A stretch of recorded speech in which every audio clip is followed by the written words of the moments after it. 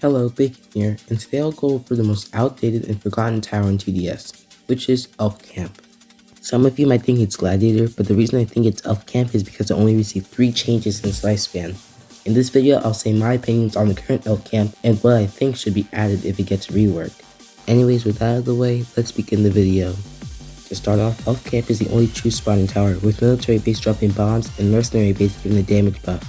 I've already mentioned how this tower is mainly forgotten by the developers since it hasn't got a change for over a year now. Some players have forgotten it, but some ignore it because it doesn't fit in loadouts and it isn't the best for game modes. It gets to my second point, outdated. Most towers that haven't been changed along with the mode reworks are basically useless. Remember, most, not all. And since Elf Camp hasn't been reworked to fit the new game modes, it falls behind and goes into the pile of not needed towers. The only good thing about this tower is that it's very cheap, costing only 30,000 cash. Placement limit sucks, the damage sucks, the HP on the elves suck, the time it takes to spawn the elves sucks, everything about it sucks. But I gotta say, it is fun to use. Well, at least I think so. I don't really own the tower.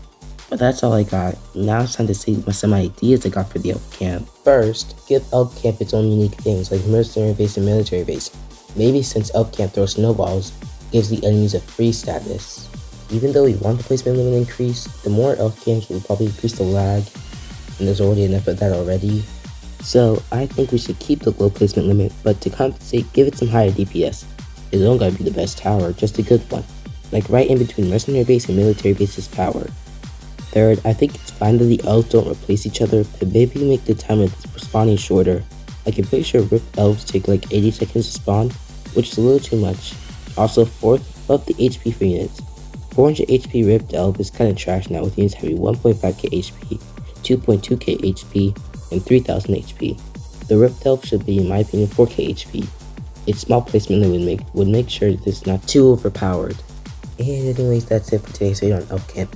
If you want to see more videos talking about specific towers, let me know in the comments. If you have more things that you could do with Elf Camp, let me know also in the comments. Like and subscribe. See you next time, and goodbye.